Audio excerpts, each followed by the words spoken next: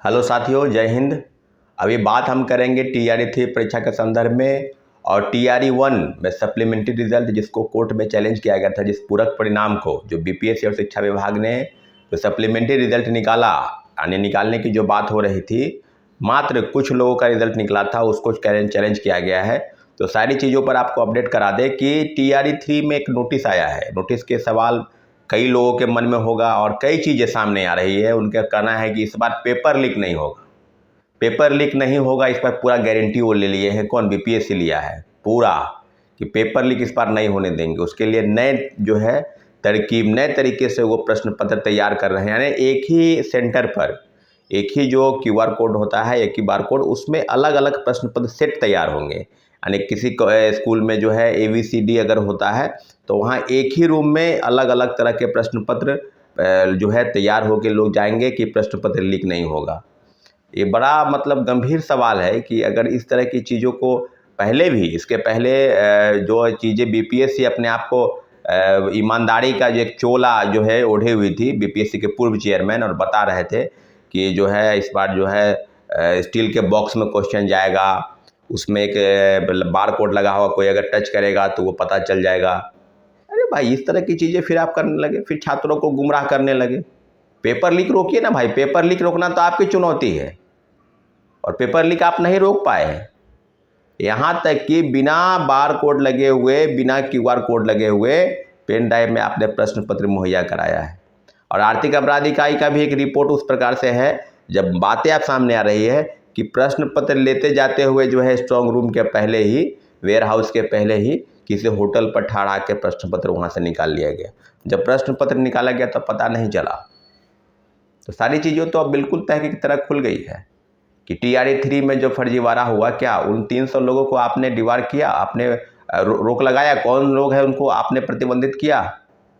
BPSC तो कभी ऐसा नहीं करती। यहाँ तक कि आप मीडिया में, आपको याद होगा कि TRE 2 के पहले जो सप्लीमेंट्री रिजल्ट हो या कई समस्याओं को लेकर, किसी को सब्जेक्ट कम्बिनेशन का प्रॉब्लम था या किसी को था कि मेरे इसमें प्रॉब्लम हो गया है, एप्लीकेशन देने के लिए, जो एप्लीकेशन देने के लिए लोग छात्र जाते थे BPSC गेट पर, और मीडिया कोई सवाल अगर पूछने पर, जवाब देने पर उसको प्रतिबंधित किया जाता था कि आपने फलाने चैनल पर आपने बाइट दिया है, इसलिए आपको रोका जा रहा है। तो क्या BPSC ये बताने का प्रयास नहीं कर रही है कि आपने के किस कर्मचारियों, किस अधिकारियों की वजह से इस तरह से घोर अनियमितता हुई है? भ्रष्टाचार में लिप्त तो BPSC स्वयं है। बिहार लीग सेवा आयोग इसका नाम ऐसे ही नहीं पड़ा है। बड़ा सम्मान के साथ हम लोग बिहार लोक सेवा आयोग, जो राज्य की सबसे प्रतिष्ठित इकाई है, संस्था है, वो परीक्षा ले रही है। और TRE 3 के पहले कई छात्रों को अब बता रहे हैं कि जब एक ही सेंटर पर तरह तरह के प्रश्न पत्र रहेंगे, अलग अलग लोगों के प्रश्न पत्र, तो जाहिर सी बात है शिक्षक अभ्यर्थी इस बात को दिमाग में बैठा ले कि अगर इस तरह की चीज़ें होंगी तो परसेंटाइल सिस्टम जो है वो लागू होगा। परसेंटाइल सिस्टम, जाहिर सी बात आप जानते हैं कि जितने प्रश्न पत्र आप हल करेंगे और सही होने चाहिए, अगर निगेटिव में जाता है तो उसका निगेटिव मार्क्स काफ़ी वो नुकसानदेह आपको होता है। इसलिए सोच समझ के जो प्रश्न आप जानते हैं उन्हीं प्रश्नों को हल करें। अगर परसेंटाइल लागू होता है तो इस बात को आप ध्यान में रखेंगे। दूसरी तरफ क्या क्या आने वाले समस्या हैं, क्या आप, कई लोगों की थी कि फ़ोटो चेंज हो गया, कई लोगों का था कि सब्जेक्ट कुछ लिए थे, सब्जेक्ट कुछ हो गया, 1 to 5 में अलग था मेरा, 1 to 6 to 8 में अलग था। तो वो सारी समस्याओं पर आपको बता दिया गया कि एप्लीकेशन फॉर्म भरना है, उसको सिल्वर टेस्ट करना है, उसको परीक्षा केंद्र पर ले जाना है। BPSC की तरफ से ही गाइडलाइन है और बखूबी आप भी जानते होंगे कि किस तरह की गाइडलाइन का हम बात कर रहे हैं, और निश्चित रूप से सारी चीज़ें आपके संदर्भ में हो गई हैं। लेकिन TRE 3 में जिस तरह की चीज़ें चल रही है, खुद छात्रों को गुमराह करने का प्रयास, जो BPSC आर्थिक अपराध इकाई की 3 नोटिस का जवाब नहीं दे पाई, कि क्या BPSC के पूर्व चेयरमैन की भूमिका नहीं है? बड़े पैमाने पर फर्जीवाड़ा हुआ, सीटेट फेल, STT फेल, और कौन कौन लोग, कौन कौन सब लोग शामिल हैं उसमें। ट्वीट करने वाले थे, एक से एक ट्विटर बॉयज ट्वीट करते थे। क्या हो गया ट्वीट का? कुछ छात्र नेता भी थे जो माला पहनाते थे जाके BPSC गेट पर, BPSC ऑफिस में माला, मल्यार्पण की ईमानदारी के बहुत बड़े प्रतीक हैं। क्या हो गया? BPSC के पूर्व चेयरमैन पर तो एक शब्द नहीं निकल रहा है उससे। कुछ यूट्यूबर, पत्रकार भी जाके माला पहनाते थे और वो व्यक्ति उसी को बाइट देता था और किसी चैनल को बाइट नहीं देता था। तो प्रायोजित तरीके से बड़े पैमाने पर फर्जीवाड़ा हुआ, उसमें कई चीज़ें शामिल हैं। बीपीएससी के पूर्व चेयरमैन की भूमिका, बीपीएससी की भूमिका, शिक्षा विभाग के अधिकारियों की भूमिका और कुछ यूट्यूबर और पत्रकार की भी भूमिका है। तो बड़े पैमाने पर पैसा का लेन देन हुआ, हेरा फेरी हुआ। कितने फर्जी वाले लोग आ गए, सीटेट फेल वाले तो अभी बोड़ा के बोड़ा निकल रहे हैं जिला से।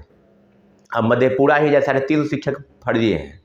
कोई जिला बाकी है जहाँ से फर्जी वाला नहीं हुआ है, फर्जी नहीं हुआ है शिक्षक? तो आप समझ लीजिए ना भाई कि क्या क्या हो रहा है।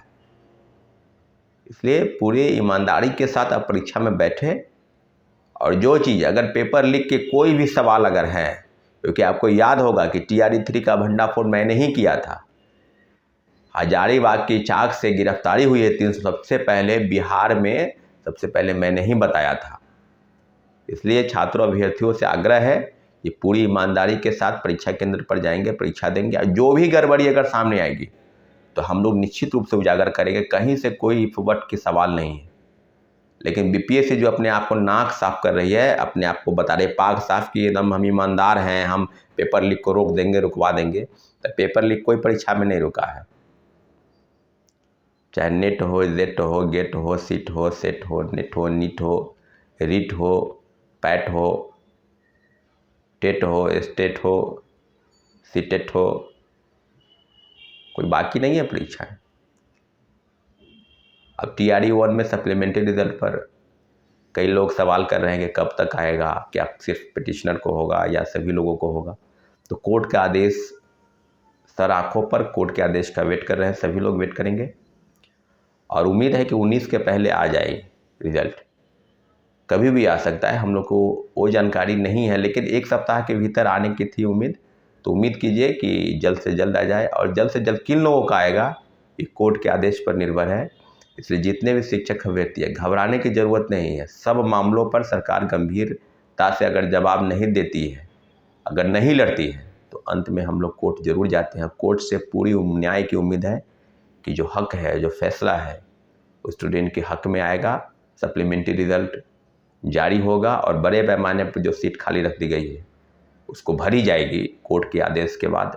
इसलिए बीपीएससी और शिक्षा विभाग ने जो तानाशाही रवैया छात्रों अभ्यर्थियों के खिलाफ में किया, जिस तरह की कवायद छात्रों अभ्यर्थियों को डराने की गई, बार बार उनको रोकना, प्रतिबंधित करना, छात्र नेताओं को धमकी दिलवाना, शिक्षक नेताओं पर रोक लगवाना, ये सब उनका पुराना ढांचा है। सभी विभागों के बैठे अध्यक्ष और सदस्य सभी भ्रष्टाचार में लिप्त है। अगर बेहतर तरीके से जांच हो जाए, सिपाही भर्ती का वही हाल है। 8 महीना बीत गया, पेपर लीक हो गया, कौन सा सरगना था अभी तक पता नहीं चला है।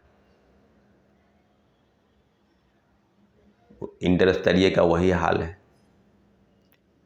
वहाँ तो एक अमरेंद्र कुमार पहले से बैठा हुआ व्यक्ति है। आप समझ लीजिएगा परीक्षा किस प्रकार से होगा।